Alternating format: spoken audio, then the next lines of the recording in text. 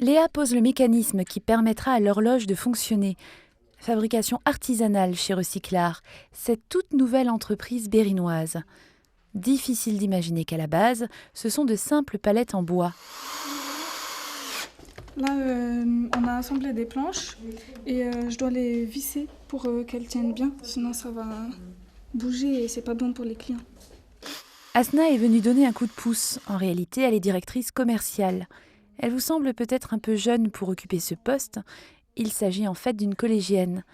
Avec ses camarades de l'établissement Robert Schuman de Bérennes, elle suit l'option découverte professionnelle depuis le début de l'année et ensemble, ils ont créé cette entreprise, de A à Z. Aujourd'hui, c'est l'effervescence, car une dizaine d'horloges sont à terminer.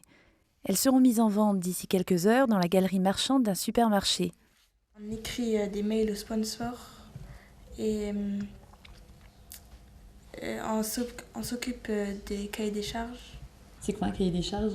C'est en fait la biographie de notre produit. À 14 ans, on dit les choses simplement et on tire des conclusions pertinentes. Les ingrédients pour qu'une entreprise fonctionne, réponse avec Asna, la directrice commerciale de Recyclart. Il faut surtout une bonne entente entre tout le monde, sinon ça ne peut pas marcher.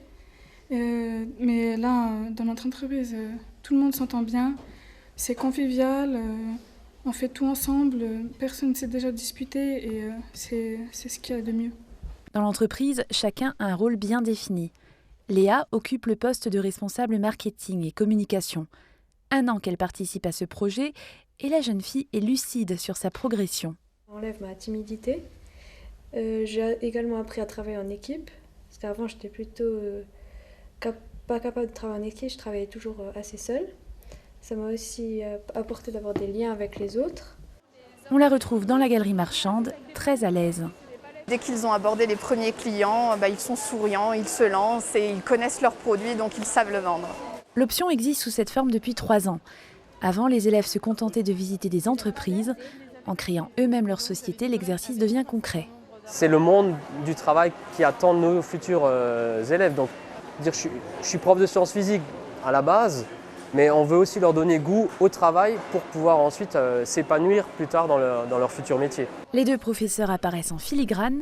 Les élèves sont les seuls maîtres à bord, jusqu'à leur autocritique quelques jours après la vente. Comment on peut se servir de ça pour améliorer la présentation? Décroiser mes bras et ne pas jouer avec les mains.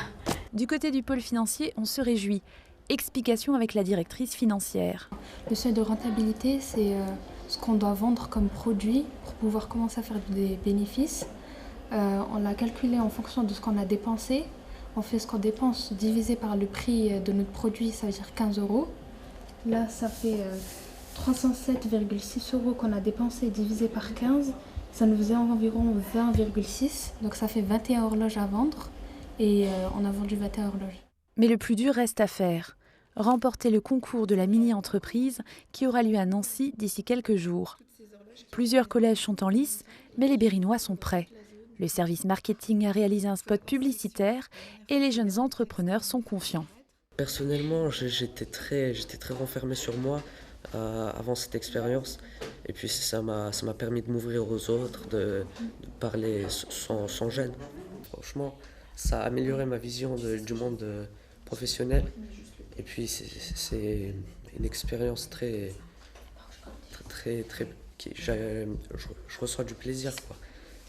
Accompagné de tous mes coéquipiers, de mes amis, on s'amuse vraiment bien et puis c'est vraiment super, quoi. Finalement, la plus belle des récompenses.